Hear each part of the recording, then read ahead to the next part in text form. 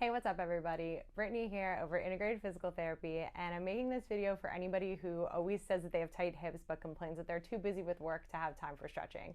So if that's you, this is going to take away all the excuses and you can get to it starting right away.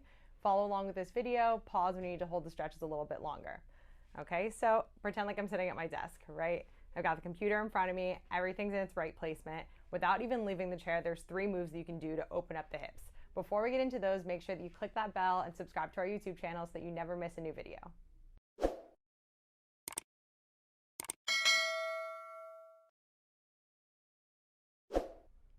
All right, so when we sit for a long time, you're in that 90 position at the hips, right? So that shortens up those hip flexors, and after a while, it can definitely take its toll on the body.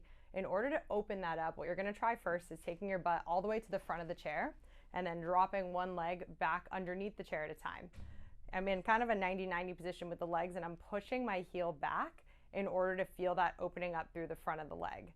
If you kind of just sit here, you're still going to get an opening through the front of the leg, but if you add that extra push through the heel, then you're really going to feel an extra stretch. I'll show you what it looks like from the side. So I'm right towards the edge of the chair. This would be my starting position. You can hang out here if that's all you want, or if you want to get a little bit more of an opening through the front of the hip, you're going to drive that heel back, and you're going to feel more of a stretch through the front of that thigh. So you want to hold these stretches about 30 to 60 seconds each. If you're doing them frequently throughout the day, every hour or so, you can set a timer on your phone to take a little break from work. You don't actually need to get up, move around, and walk around the office, but you can just do this if you're having a really busy day. Obviously, it's always better if you can get up and stand up every hour or so, just get some blood flow moving to counteract the sitting position, but this is at least something to mitigate some of those long-term changes after sitting for long periods of time. So the second one you're going to try, Piriformis Stretch, you're going to cross one foot over the other knee. It's getting a figure 4 position, and then I'm putting one hand gently on the top of the other knee here, pushing the hip open. And as I start to lean forward, you're going to go as far until you feel a stretch through that back pocket area of the leg that's bent over the other one.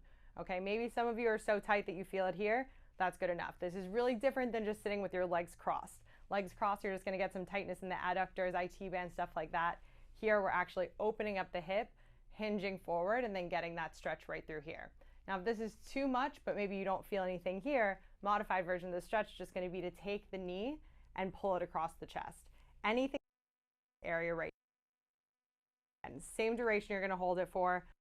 Make sure you're getting both sides, but some stretches in while you're at the work desk. It makes more sense to try and break up the monotony of sitting at your desk while you're still at your desk if you have work to do, than to not do anything at all. And this is super easy. I could type, I could be on the phone, I could do whatever I have to do from this position. Okay. And then the third one that we're going to get into is going to be a hamstring stretch. So I'm just going to come to the front of the chair again, put one leg out stretched in front of me, keeping the knees straight. I'm going to hinge forward at the hips just until I feel that stretch back behind my legs. You have the option to keep the foot up towards you, so toes towards the sky, or if that's a little bit too much tension, then you're going to relax the foot and let the toes point down. Again, depending on how tight you are is how far you're going to hinge forward. So I'll show you from the side so you can see what it looks like. But I've got that one leg stretched out in front, and then slowly starting to hinge forward, keeping a nice flat back as I go into that stretch, feeling it all the way down the back of my leg. So if I was facing my desk here, I could do the same thing. I could type on my computer, I could talk on my phone, I could do whatever I need to do while still getting a little bit of stretching in throughout the day. Okay, and then take it back up. And then the last one that I really like, you'll take the elbows, put it in between the knees, again, towards the front of the chair, makes this one a little bit easier. And then you're gonna use your elbows to push open the thighs, and then you're gonna lean your body with a nice flat back and take it forward. So what I like about this one is we have a tendency to sit with our legs either very close together or even crossed throughout the day, and this counteracts that position. So it's not very often, especially for the ladies, if you're sitting ladylike, to sit with your legs open like this. But if you go ahead and put your elbows in, add a little bit of a stretch. If I show you from the side, you can see that my back is nice and flat. I'm hinging from the hips, I'm not rounding through the spine, and then I'm using those elbows to drive the legs open.